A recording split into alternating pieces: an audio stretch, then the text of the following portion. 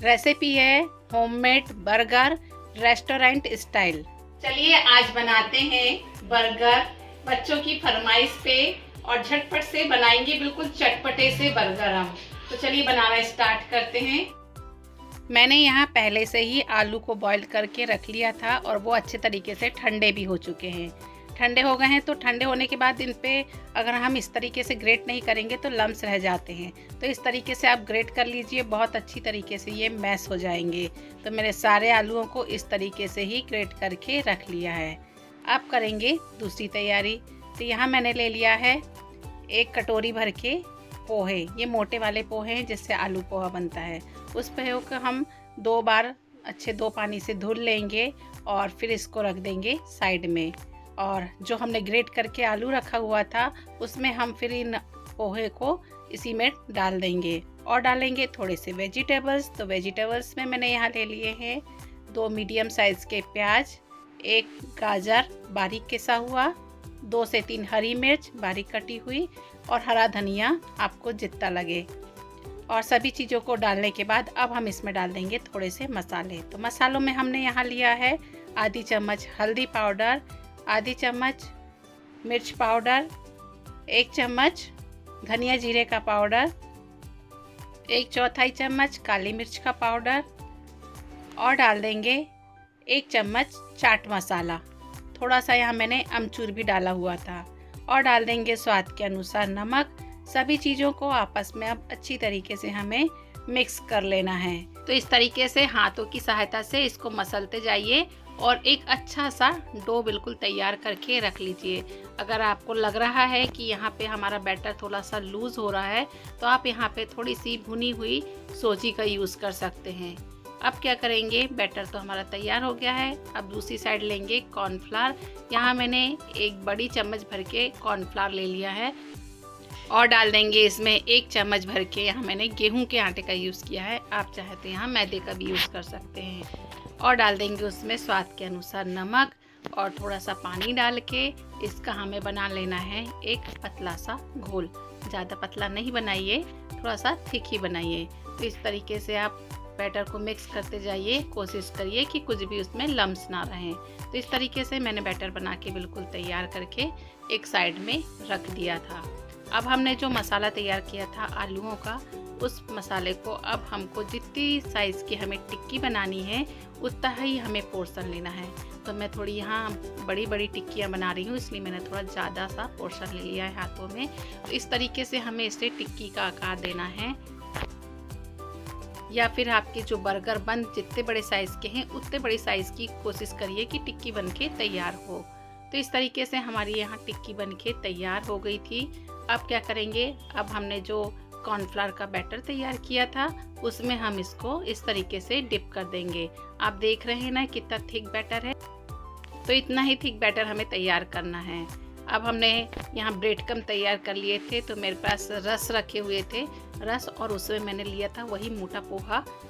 दोनों को मैंने मिक्सर के जार में ग्राइंड कर लिया था ऐसे ही। तो ये हमारे ब्रेड क्रम्ब बन के तैयार हो गए हैं। अब इस टिक्की को हम इस पे रख देंगे और ऊपर से कुछ इस तरीके से हमें इस क्रम्ब को चिपकाना है। बहुत अच्छी तरीके से ये ब्रेड क्रम्ब इसके ऊपर चिपक जाते हैं कुछ इस तरीके से। तो ये देखिए हमारी पहली टिक्की बनके तैयार हो गई है। इसी तरीके से मैंने यहाँ पे 3 टिक्कियाँ बना के तैयार कर ली थी। अब इधर साइड में पैन को गर्म करेंगे और उसमें डाल देंगे 4 से 5 बड़े चम्मच ऑयल के। ज़्यादा ऑयल यहाँ नहीं डालना है क्योंकि ऑयल इसमें थोड़ा ब्रेड क्रम्ब के कारण से ख़राब हो जाता है, इसलिए जितनी ज़रूरत है उतना ही आप यहाँ पे ऑयल का यूज़ कीजिए। तो मैंने तीनों टिक्कियों को इस तरीके से डाल दिया था और इस तरीके से मैंने ऑयल को चारों तरफ से फैलाते जा रही थी ताकि नीचे से वो अच्छे से कुरकुरे और गोल्डन ब्राउन होते हुए सिक जाएं। यहाँ 2 से 3 मिनट हो चुका था और गैस की फ्लेम मेरी हाई ही है। तो इस तरीके से मैंने पलटा के देखा तो अच्छा सा कलर आ चुका था। तो इस तरीके से हम एक एक करके तीनों ही टिक्कियों को पलटा देंगे और फिर से सिकने देंगे दूसरी साइड कम से कम 2 से 3 मिनट के लिए, जब तक कि इसमें अच्छा सा गोल्डन ब्राउन कलर ना आ जाए। जितना अच्छे से सिकेगा उतना अच्छा से इसे क्रिस्पी क्रिस्पी बन के हमारा ये टिक्की बिल्कुल तैयार हो जाएगा और इतनी लाजवाब बनती है। आप चाहें तो इसके ऊपर टिक्की रखिए एक प्लेट में और ऊपर से दही डालिए, चटनी डालिए और आप ऐसे ही ये टिक्कियों को एंजॉय कीजिए तो बहुत ही गजब की लगती हैं ये। तो ये हमारी बर्गर टिक्की तो बन के तैयार हो गई है, अच्छा सा कलर भी आ गया है। अब इसको रख लेंगे हम साइड में। अब क्या करेंगे, यहाँ मैंने बर्गर बन ले लिए हैं तो कुछ इस तरीके से इसको 2 पार्टों में हम डिवाइड कर लेंगे। तो ये देखिए यहाँ पे हमारे बर्गर बंद कट के तैयार हो गए हैं।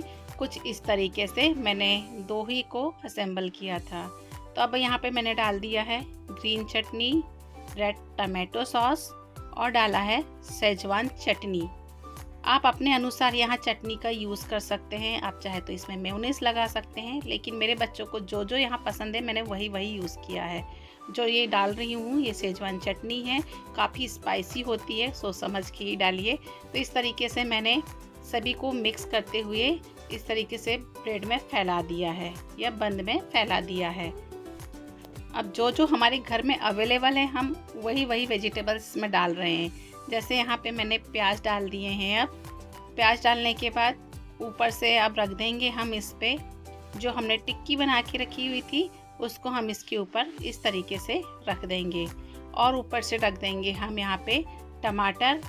मेरे बच्चों को तो भाई टमाटर भी नहीं पसंद, बाद में तो उन्होंने टमाटर को भी निकाल के फेंक दिया था। तो इसलिए आपके बच्चों को जो जो पसंद है आप वो डालें यहाँ पे। तो इस तरीके से मैंने बंद किया और अब डाल देंगे चीज़ की स्लाइस। अगर आपके बच्चों को चीज़ पसंद है तो आप ज़रूर डालिए। मेरे एक बच्चे को चीज़ स्लाइस पसंद है और एक बच्चे को चीज़ स्लाइस नहीं पसंद, तो मैंने दोनों ही प्रकार के बनाए थे। तो ये देखिए बनके झटपट से तैयार हो गए हैं हमारे बर्गर। इस तरीके से आप बच्चों को घर में ही बंद लाके और फिर बना के इस तरीके से खिलाइए तो बच्चे आपको बहुत ही तारीफ़ करेंगे और बच्चों को इस तरीके की चीज़ खाना भी पसंद आता है। तो कैसी लगी आपको ये रेसिपी कमेंट्स में आप ज़रूर बताइए। तो इस तरीके से एंजॉय कीजिए होममेड बर्गर। बनके तैयार हो गए हैं 10 मिनट में ये बर्गर। एक बार आप भी जरूर बना के देखिए और बच्चों को खिलाइए। मिलते हैं अगले वीडियो में, तब तक के लिए बाय।